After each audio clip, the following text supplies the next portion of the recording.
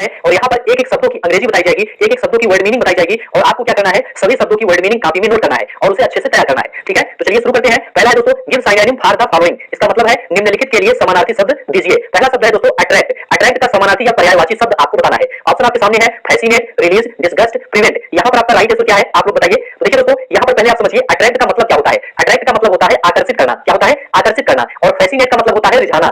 आकर्षित करना और रिझाना क्या है? ये समानार्थी शब्द है। इसका मतलब यह हुआ कि अट्रैक्ट का समानार्थी या पर्यायवाची या सिनोनिम क्या होगा? फैसिनेट होगा। ये ऑप्शन आपका राइट हो जाएगा। रिलीज का मतलब क्या होता है? रिलीज का मतलब होता है रिहाई या फिर मुक्त करना। इसे भी आप लोग नोट कर लीजिए कॉपी में। डिसगस्ट। डिसगस्ट का मतलब क्या होता है? डिसगस्ट का मतलब होता है घृणा। क्या होता है? घृणा। प्रिवेंट। प्रिवेंट का मतलब होता है रोकना या बाधा डालना। ठीक है, तो यहाँ पर आपका ए ऑप्शन बिल्कुल राइट हो जाएगा। चलिए दूसरा प्रश्न आपके सामने है, give synonym for the following. यहाँ पर भी आपको निम्नलिखित के लिए समानार्थी शब्द देना है, मतलब यहाँ पर आपको समानार्थी शब्द बताना है। शब्द आपके सामने है अबोर्ड। अबोर्ड का समानार्थी या पर्यायवाची शब्द क्या है आपको यह बताना है। पहले अबोर्ड का मतलब क्या होता है इसको आप लोग समझ लीजिए। अबोर्ड का मतलब होता है दोस्तों निवास। क्या होता है? निवास। इसको नोट कर लीजिए कॉपी में। पहला ऑप्शन है अनेक्स। अनेक्स का मतलब होता है दोस्तों उपभवन। क्या होता है? उपभवन होता है। दूसरा है हैबिचुएशन। हैबिचुएशन का मतलब होता है आदि होना। क्या होता है? आदि होना। ड्वेलिंग। ड्वेलिंग का मतलब होता है आवास और एबोर्ड। एबोर्ड का मतलब होता है समीप। तो यहाँ पर आपका राइट आंसर क्या हो जाएगा? देखिए दोस्तों, एबोर्ड का मतलब यहाँ पर जो प्रश्न दिया गया है एबोर्ड, इसका मतलब निवास होता है और ड्वेलिंग का मतलब क्या होता है? आवास होता है। और ये दोनों समानार्थी शब्द हो गए, मतलब पर्यायवाची शब्द हो गए, इसलिए सी ऑप्शन आपका राइट हो जाएगा। चलिए अगला प्रश्न देखेंगे। सभी प्रश्न ध्यान से देखिए। यहाँ पर भी आपको पर्यायवाची शब्द बताना है। शब्द यहाँ पर लिखा गया है अपारेंटली। क्या लिखा है? अपारेंटली। अपारेंटली का पर्यायवाची आपको बताना है।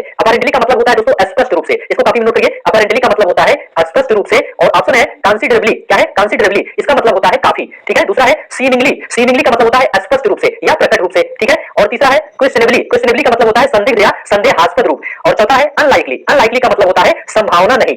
ठीक है, तो यहाँ पर आपका राइट आंसर क्या हो जाएगा? यहाँ पर दोस्तों आपका राइट आंसर हो जाएगा बी ऑप्शन सीमिंगली। सीमिंगली का मतलब होता है स्पष्ट रूप से और अपारेंटली का मतलब भी होता है स्पष्ट रूप से, इसलिए बी ऑप्शन आपका राइट हो जाएगा। चलिए आगे बढ़ते हैं। अगला प्रश्न आपके सामने है अपालिंग। अपालिंग का आपको क्या बताना है? सिनोनिम बताना है, मतलब पर्यायवाची या फिर समानार्थी शब्द बताना है। पहला ऑप्शन है अवेजम। अवेजम का मतलब क्या होता है? बहुत बढ़िया। ठीक है, दूसरा है शॉकिंग। शॉकिंग का मतलब होता है चौंका देने वाला या फिर भयानक। तीसरा है ट्रिमेंडस। ट्रिमेंडस का मतलब होता है अद्भुत। क्या होता है? अद्भुत। चौथा है फैंटास्टिक। फैंटास्टिक का मतलब होता है जबरदस्त। तो यहाँ पर आपका राइट आंसर क्या हो जाएगा? देखिए दोस्तों, अपालिंग का मतलब होता है भय उत्पन्न करने वाला। क्या होता है? भय उत्पन्न करने वाला। तो इसका समानार्थी या पर्यायवाची हो जाएगा बी ऑप्शन शॉकिंग। शॉकिंग का मतलब होता है चौंका देने वाला या भयानक और अपालिंग का मतलब होता है भय उत्पन्न करने वाला। तो यहाँ पर आपका बी ऑप्शन बिल्कुल राइट हो जाएगा। अगला प्रश्न आपके सामने है। यहाँ पर भी आपको सिनोनिम मतलब पर्यायवाची बताना है। तो पहले 35 प्रश्न हम सिनोनिम से संबंधित देखेंगे, उसके बाद लास्ट के 40 प्रश्न विलोम शब्दों से यानी एंटोनिम से संबंधित प्रश्न देखेंगे। अगला प्रश्न है दोस्तों आपके सामने, यह है एम्पल। एम्पल का मतलब क्या होता है? एम्पल का मतलब होता है प्रचुर या पर्याप्त। क्या होता है? प्रचुर या पर्याप्त। ऑप्शन है सफिशिएंट। सफिशिएंट का मतलब क्या होता है? इसका मतलब भी पर्याप्त होता है। ठीक है, तो इसका मतलब क्या हो गया? एम्पल का पर्यायवाची सफिशिएंट बिल्कुल राइट हो गया। अगला ऑप्शन है नैरो। नैरो का मतलब होता है संकीर्ण। क्या होता है? संकीर्ण। नेक्स्ट है मीगर। मीगर का मतलब होता है अल्प और शॉर्ट। शॉर्ट का मतलब होता है कम। तो यहाँ पर आपका ए ऑप्शन बिल्कुल राइट है। चलिए आगे बढ़ते हैं। सभी प्रश्न ध्यान से देखिए और सभी प्रश्नों का उत्तर बताने का प्रयास करिए। अगला प्रश्न है एब्यूज। एब्यूज का सिनोनिम मतलब पर्यायवाची शब्द आपको बताना है। एब्यूज का मतलब होता है गाली देना या दुर्वचन या हानि पहुंचाना। क्या होता है? गाली देना या फिर दुर्वचन कह सकते हैं या हानि पहुंचाना, ये इसका मतलब होता है। अब इसका समानार्थी या पर्यायवाची शब्द आपको बताना है। पहला है यूज। यूज का मतलब होता है उपयोग। दूसरा है क्लोज। क्लोज का मतलब होता है बंद करना। तीसरा है हार्म। हार्म का मतलब होता है हानि पहुंचाना। चौथा है टर्मिनेट। टर्मिनेट का मतलब होता है बर्खास्त करना। तो यहाँ पर आपका सी ऑप्शन राइट हो जाएगा। हार्म का मतलब हानि पहुंचाना, एब्यूज का मतलब भी हानि पहुंचाना या दुर्वचन। तो यहाँ पर एब्यूज का क्या हो जाएगा? हार्म बिल्कुल राइट हो जाएगा, सी ऑप्शन। चलिए आगे बढ़ते हैं। सभी प्रश्न ध्यान से देखते हुए चलिए और एक एक शब्द की वर्ड मीनिंग आप कॉपी में नोट करते हुए चलिए। अगला प्रश्न आपके सामने है। अगला प्रश्न है दोस्तों एंग्विश। एंग्विश का समानार्थी यानी पर्यायवाची शब्द आपको बताना है। तो एंग्विश का समानार्थी क्या होगा? पहले एंग्विश का मतलब क्या होता है ये समझिए। एंग्विश का मतलब होता है पीड़ा या फिर कष्ट। क्या होता है? पीड़ा या फिर कष्ट। अगला है एक। एक का मतलब क्या होता है? एक का मतलब होता है दोस्तों दर्द या पीड़ा। तो यहाँ पर आपका समानार्थी मिल गया। एंग्विश का समानार्थी क्या होगा? एक होगा। ठीक है, अगला वर्ड है शोलेस। शोलेस का मतलब क्या होता है? शोलेस का मतलब होता है सांत्वना। नोट कर लीजिए। नेक्स्ट है पीस। पीस का मतलब होता है शांति और अगला है सिक्योरिटी। सिक्योरिटी का मतलब होता है सुरक्षा। तो यहाँ पर आपका ए ऑप्शन बिल्कुल राइट है। चलिए आगे बढ़ते हैं। अगला प्रश्न है दोस्तों अमेंड। अमेंड का पर्यायवाची आपको बताना है। अमेंड का क्या मतलब होता है? अमेंड का मतलब होता है दोस्तों संशोधन करना। क्या होता है? संशोधन करना। ऑप्शन है इंपेयर। इंपेयर का मतलब होता है बिगाड़ना। तो इसका समानार्थी बिल्कुल नहीं होगा। इंपेयर का मतलब होता है बिगाड़ना, ये नहीं होगा। नेक्स्ट है अल्टर। अल्टर का मतलब क्या होता है? बदलना।